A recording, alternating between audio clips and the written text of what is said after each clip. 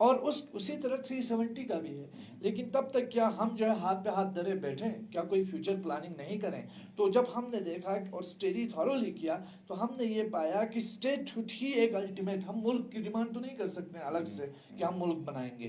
ہم نے تھورولی جب اس پر غور کیا تو ہمارے لیے ایک ہی اس وقت آپشن نظر آیا کہ اسٹیٹ ہوڈ ہی بہتر آپشن ہے, جس میں ہم, چونکہ ہم اسٹیٹ کے لوگ تھے, ہمیں ڈس امپاور کر کے یوٹی میں لیا گیا, اور ہم چاہتے ہیں تاکہ یہاں کے لوگوں کو لیجسلیٹو پاورز ملے, یہاں کی جوڈیشری کے پاورز ملے, یہاں ہم اپنا جو قانون کے بنانے کے ایگزیکٹو پاورز ہمیں ملے, تو کم از کم لداخ میں لداخی جو ہے آگے جا کے حکومت کر سکے, راج کر سکے, یہاں لداخیوں کی کوئی حیثیت ہو. یہ جو مسلسل 2 سال کا بیٹریل اور ہیومیلیشن ہو رہا ہے اب, اور ہم دیکھ رہے ہیں نا آج کل پورا لداخ جو ہے فلڈ کرائسس میں ڈوبا ہوا ہے.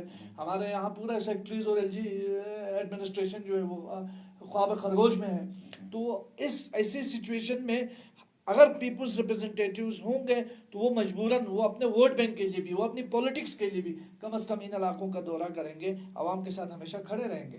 آج کوئی ڈیموکریٹک جو سیٹ اپ ہے وہ بہت کمزور ہو گیا ہے لداخ کے اندر, اس کی حیثیت نہیں بچی. تو یہ ایک اپروپریٹ سیٹ اپ ہے جو اسٹیٹ ہوڈ, جس کی مانگ کر کے ہم آگے جو ہے لداخ کو امپاور کی. کیا آپ کو لگتا ہے جس طرح سے لداخ کے لیہ اور کرگل کے مختلف سوشو پولیٹیکل اور ریلیجس آرگنائزیشنز یعنی کیری اور ایپیکس اسٹیٹ ہوڈ کو لے کے جس کنسنسس پہ اترا ہے وہ لانگ رن تک چلے گا, یا آنے والے وقت میں جس طرح سے کافی چینج ہمیں دیکھنے کو ملا ڈیمانڈز کو لیتے ہوئے, یہ ہو سکتا ہے آنے والے وقت؟ دیکھیے, جہاں تک آپ کو شاید اندازہ ہوگا کہ کارگل ڈیموکریٹک الائنس نے جب ہم نے الائنس کا گٹھن کیا اور اس وقت جو پہلی پریس کانفرنس ہوئی, ہم نے جن ایشوز کو لے کر کے آگے بڑھے وہ ان ایشوز پر آج بھی قائم ہیں, اور اسٹیٹ ہوڈ ہماری شروع سے ڈیمانڈ رہی. لیکن اس سے پہلے 14 پوائنٹس بھی تھے کارگل ڈیموکریٹک, چلو اس پہ ہم نہیں آتے ہیں. ہاں وہ کارگل ڈیموکریٹک کے لیکن سبھی جو لوگ اس وقت ریپرزینٹ کر رہے ہیں ان سبھی کا تھا, اس پہ ہم نہیں آتے ہیں. اس وقت ہم اسپیسیفک اسٹیٹ کو بات کریں.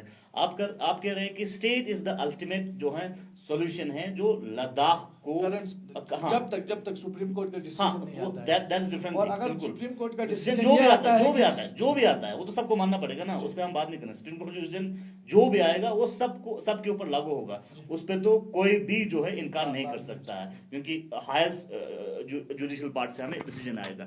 میں اسپیسیفکلی اسٹیٹ پہ آپ سے جاننا چاہوں گا, جس سے آپ نے کہا کہ اس وقت جو ہے state is the final option جو لداخ کے لیے ہے, جو لداخ کو پبلک ریپرزنٹیشن دے سکتا ہے, پبلک کے امپاور کر سکتا ہے اور پبلک کی وائس کو آگے بڑھا سکتا ہے. میں آپ سے جاننا چاہوں گا, اگر لداخ کو اسٹیٹ دیا جاتا ہے تو اسٹیٹ کو کیسے رن کرو گے؟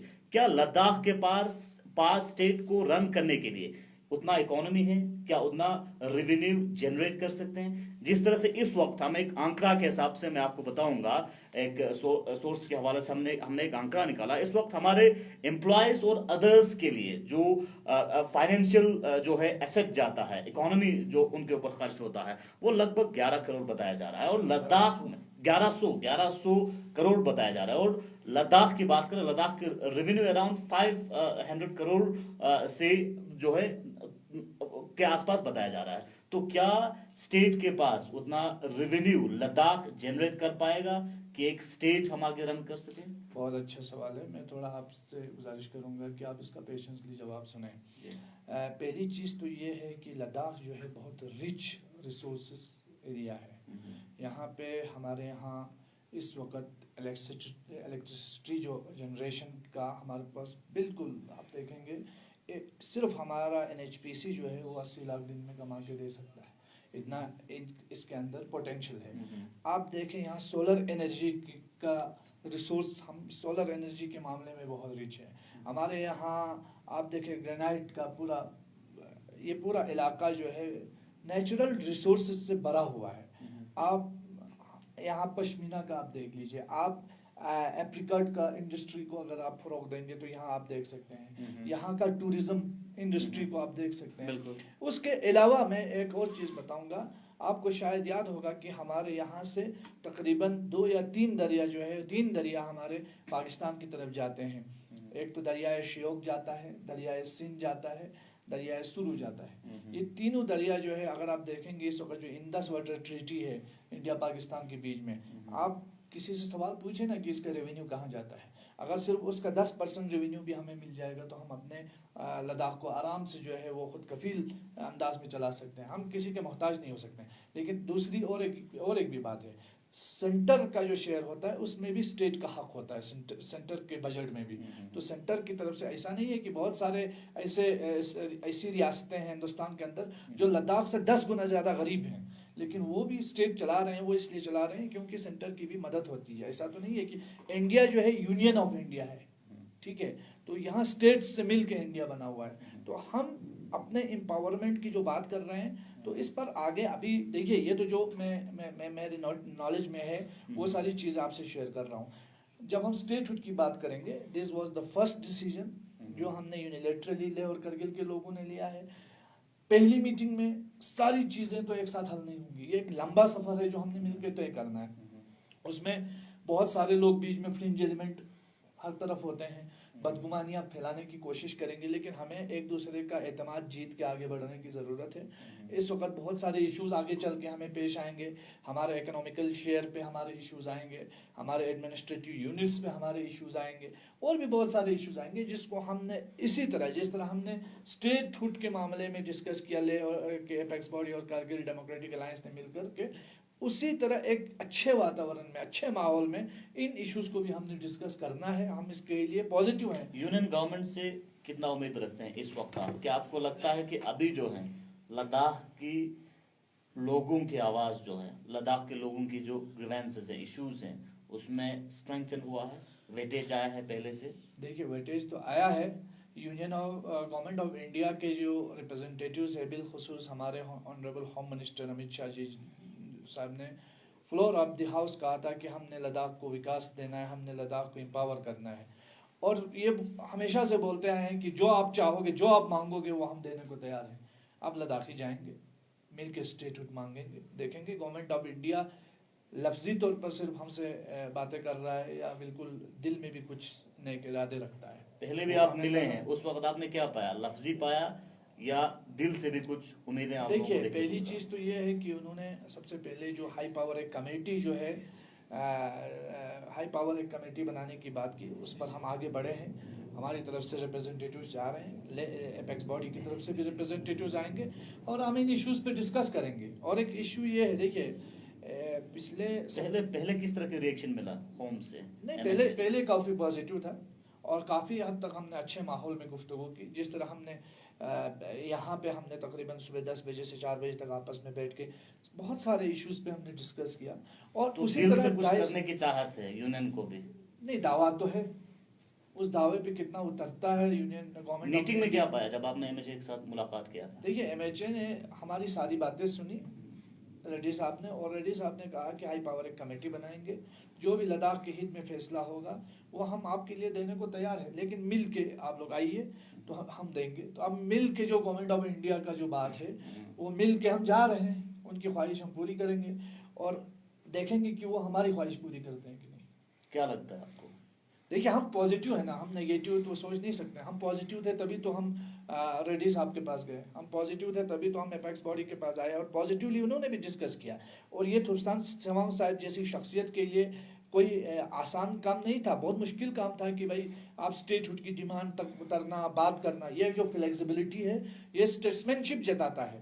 ٹھیک ہے, بہت سارے جو لداخ میں ایسے ایلیمنٹس بھی بہت ہیں نا جو بدگمانی چاہتے ہیں, تو وہ لوگ ہو سکتا ہے کہ ترستان صاحب پہ کرٹیسزم کریں, ایپیکس باڈی پہ کرٹیسزم کریں, کل کو کے ڈی اے پہ کرٹیسزم کریں, لیکن جو بھی فیصلہ ہوا ہے وہ کسی ایک دو کے پولیٹیکل انٹرسٹ کے لیے نہیں ہوا ہے, لداخ کے لارجر ہت کے لیے, انٹرسٹ کے لیے یہ فیصلے کیے گئے ہیں. اور مجھے لگتا ہے اس میں میجورٹی جو لداخ کی عوام ہے وہ, اگر یونین گورنمنٹ آپ کی ڈیمانڈز کو فلفل کیا جاتا ہے, جی سجاد کرگلی کا اوپینین اس کے بعد کیا ہوگا؟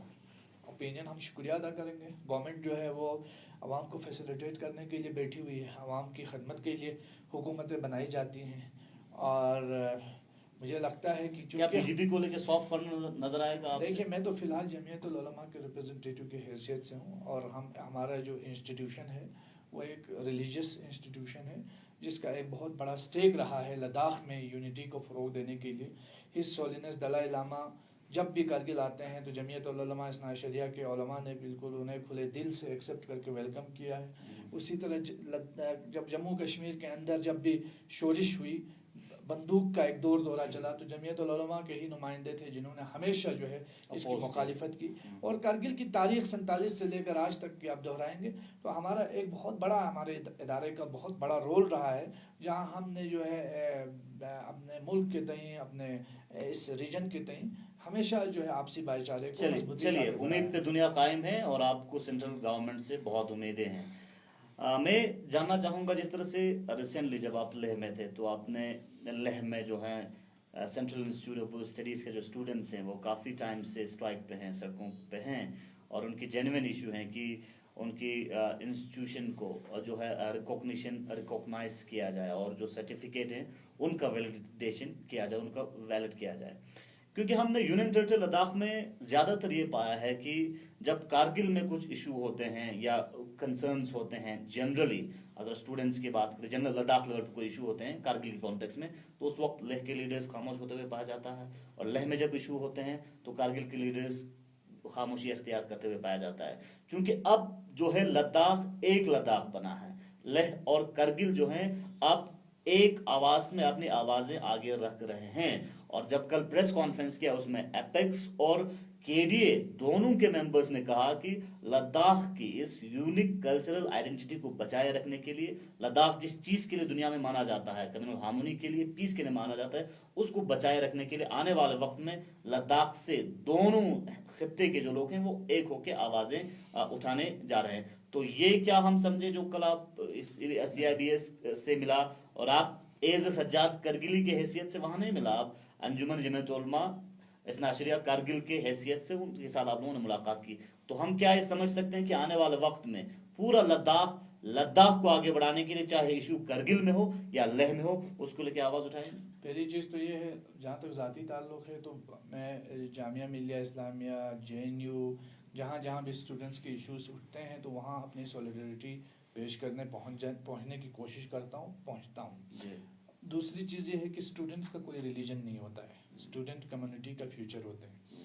اور یہ جو central institute of Buddhist studies ہے، ٹھیک ہے، یہ ہمارا ریلیجیس انسٹیٹیوشن نہیں ہے، ہماری بدھسٹ کمیونٹی کا ریلیجیس انسٹیٹیوشن ہے، لیکن بدھسٹ کمیونٹی پارٹ ہے ہماری سوسائٹی کا، ہماری باڈی کا، ہمارے جسم کا حصہ ہے. جس طرح ہم ان کے باڈی کا حصہ ہیں، وہ بھی ہماری باڈی کا حصہ ہے. ہم ایک دوسرے کو تا قیامت ایک دوسرے سے الگ نہیں کر سکتے ہیں، ہمارا انٹرسٹ ایک ہے. یہاں زلزلہ آئے گا تو ساتھ آئے گا، سیلاب طوفان آئے گا ساتھ آئے گا، وہ کوئی فرق نہیں کرے گا. دوسری اہم چیز ہے کہ جہاں تک جمعیت العلماء کی بات کی، جمعیت العلماء کرگل کا ایک سٹیک جو شروع سے رہا ہے وہ یہ ہے کہ یہاں کے پیس کو، یہاں کے لوگوں کے ایشوز کو ہمیشہ ہم نے جو ہے وہ اس کو ایڈریس کیا ہے. اور ایک ریپرزنٹیٹیو کی حیثیت سے میں نے یہ فرض سمجھا کہ جو اسٹوڈنٹ اپنے سرٹیفکیٹس کی ویلیڈیشن کے لیے وہاں پہ دھرنے پہ ہیں، جن کے ساتھ ایک بہت بڑا دھوکہ ہوا ہے، ان کو کہا گیا کہ لولی پاپ دکھایا گیا کہ ہم نے ڈیم ٹو بی یونیورسٹی بنایا ہے، اور اب جو ہے ان کا ادھر سے ایفیلیشن بھی گیا اور ادھر سے جو ہے ان کا وہ ڈیم ٹو بی یونیورسٹی کا اسٹیک بھی چلا جا رہا ہے. وہ جو کہتے ہیں نہ خدا ملا نہ وصال صنم، نہ ادھر کے رہے نہ ادھر کے رہے. اسٹوڈنٹس کے ساتھ یہ کھیل کھیلا گیا. اور جو پبلک ریپرزنٹیٹیوز ہیں، خاص کر جو ہمارے آنریبل ایم پی ہیں، وہ تو اس میں اس کے المنائی بھی رہ چکے ہیں. مجھے کل معلوم ہوا، بہت افسوس بھی ہوا کہ وہ اس کے المنائی رہے ہیں، اس کے باوجود بھی وہ نان سیریس طریقے سے ان ایشوز کو ٹیکل کر رہے ہیں. تو ان ایشوز، ان اسٹوڈنٹس کے ساتھ کھڑا رہنا ہم سب کا فریضہ ہے.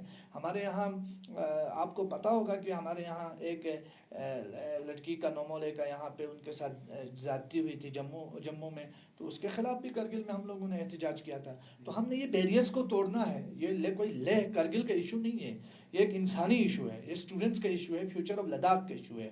اور میں یہی توقع یہاں کے لیڈرز سے بھی رکھوں گا، کارگل کے لیڈرز سے بھی رکھوں گا کہ وہ لداخ کو ایز اے باڈی کے طور پر دیکھیں. ہم ایک جسم ہیں، ٹھیک ہے. اور جب تک ہم ایک دوسرے کے لیے ہم آواز نہیں ہوں گے، ایک دوسرے کا درد نہیں بانٹیں گے، ایک دوسرے کی خوشی میں شریک نہیں ہوں گے، بہت سارے ایشوز ہیں جس کو ابھی ایڈریس کرنا ضروری ہے، کھلے دل سے جس پر بات کرنا ضروری ہے، اور بہت سارے بیریئرز کو توڑنا ضروری ہے. تو اس کے لیے ایک پیش قدمی کی. اور آپ کو معلوم ہوگا جب میں الیکشن بھی لڑ رہا تھا تو اسی ایجنڈے کے ساتھ میں الیکشن میں کھڑا ہوا تھا کہ ہم ایک برج بننے کی کوشش کرنا ہے. اور یہ برجنگ کرنا بہت ضروری ہے ہماری کمیونٹیز کے درمیان, ہمارے آپس میں جو آئیڈینٹیٹیز ہے ان کے درمیان ہمیں آپس میں مل کے چلنا بہت ضروری ہے. آپ دیکھیں لداخ میں آبادی ہی کتنی ہے. جب ہم اپنا ڈیٹ انچ کی مسجد بنا کے اگر ہم بیٹھیں گے تو ہم کبھی آگے نہیں بڑھ سکتے ہیں. تو ہمیں ایک بہت بڑے وسیع سوچ کے ساتھ چلنا ہے. جس طرح آخری سوال سر, ٹائم کی کمی ہے, جس طرح سے ایپیکس اور کے ڈی اے بنا ہے, دونوں میں ایپیکس کے ڈی اے کا بھی کو چیئرمین ہے اور ایپیکس میں بھی سوشل ریلیجس آرگنائزیشنز ہیں, اور خاص کر جو لیڈ کر رہے ہیں وہ تھپسن سیون صاحب کر رہے ہیں. تھپسن سیون صاحب کو ایز لیڈر آپ نے کیسا پایا؟ میں نے جیسے کہ آپ کے سامنے کہا کہ اسٹیٹ ہوڈ کی جو ڈیمانڈ انہوں نے کی, جس طرح کا وہ بولڈ ڈیسیجن لے رہے ہیں, یہ ان کی فکر مند ہونے کی علامت ہے. ہو سکتا ہے بہت بڑا کرٹیسزم ان کو جھیلنا پڑے, لیکن یہ اسٹیٹسمینشپ انہوں نے دکھایا ہے. اور as a kind human being اور ایز لداخ کو ایک اچھے لیڈر ہیں جو لداخ کے لارجر انٹرسٹ کے لیے کنٹریبیوٹ کرنا چاہتے ہیں.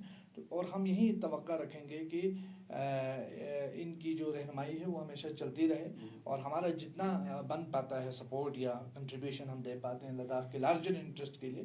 تو چونکہ یہ جو لڑائی ہے یہ آج کے لیے نہیں ہے, یہ آنے والے کل کی لڑائی ہے. تو آج آپ دیکھیں گے کہ تھپسن سیوانگ صاحب نہ الیکشن کے اس میں ہیں فیز میں ہیں, نہ کوئی بہت بڑا عہدہ لینے کے فیز میں ہیں, اور وہ چاہیں تو لے بھی سکتے ہیں آرام سے. لیکن اور ہمارے جو لیڈرز ہیں ان کا بھی یہی حال ہے. تو یہ سب جو بیٹھے ہوئے ہیں, چاہے اپیکس باڈی کے اندر لوگ بیٹھے ہوئے ہیں, کانگریس کے لوگ ہیں, بی جے پی کے لوگ ہیں وہاں پہ, نہیں, اور یہ عام آدمی تو یہ اپنے پولیٹیکل انٹرسٹ سے اوپر اٹھ کر لداخ کے انٹرسٹ کے لیے بات کر رہے ہیں. اور میں یہ توقع کروں گا خاص کر رولنگ پارٹی سے, جو کل ویسے سی سی صاحب نے کہا ہے کہ جو یہاں یونیلیٹرل ڈیسیجن ہوگا اس کو آنریبل ایم پی صاحب نے بھی سپورٹ کیا ہے, اور ان کا پیغام انہوں نے سنایا کہ جو ایم پی صاحب نے وہاں سے پیغام بھیجا کہ میں شریک نہیں ہو سکتا ہوں, لیکن جو یہاں پہ یونیلیٹرل ڈیسیجن جو مل کے ڈیسیجن لیا جائے گا اس کو ایکسیپٹ کریں گے. تو ہم توقع رکھیں گے کہ جو رولنگ پارٹی کے لوگ بھی ہیں وہ اس کو سپورٹ کریں گے. کربلائے صاحب کو ایز اے کو چیئرمین کرگل ڈیموکریٹک الائنس کیسے دیکھتے ہیں؟ ہم نے یونٹی کے لیے سب کو سپورٹ کیا ہے. یونٹی کے لیے اپنے ڈفرینسز کو سائڈ میں رکھ کے ہم نے ایک پازیٹیو انٹینشن, آپ کو کو چیئرمین ہے اس حساب سے کیسے دیکھتے ہیں؟ ہم نے پازیٹیو اس کے ساتھ انٹینشن کے ساتھ قمر صاحب کو, کربلائی صاحب کو اور تھپسن صاحب کو, سب کو لے کر کے ہم جا رہے ہیں. اور ہم بھی خود بھی جو ہے وہ ایک پارٹ ہیں اس کا. اور اگر ہمارے اندر کوئی نگیٹیوٹی ہوتی, اگر ہمارے ادارے کی طرف سے ہمیں کوئی آبجیکشن ہوتا تو شاید کو چیئرمین کیا کے ڈی اے ہی نہیں بن پاتا. تو اس میں جمعیت العلماء کا بہت بڑا رول ہے کہ یہ کے ڈی اے جو ہے سکسیسفلی آگے بڑھ رہا ہے. تو ہم پازیٹیولی چل رہے ہیں. چلیے, بہت بہت شکریہ. ہمارے ساتھ بات کر رہے تھے سجاد کرگلی, انجمن جمعیت علماء اثنا عشریہ کارگل کے ریپرزینٹیٹیو اور رکن ہے کارگل ڈیموکریٹک الائنس کے. انہوں نے وستار سے الیبوریٹلی بتایا کہ کیوں لداخ اس وقت اسٹیٹ ہوڈ کی ڈیمانڈ کر رہا ہے. بنے رہے گلستان کے ساتھ پل پل کے اپڈیٹ کے لیے.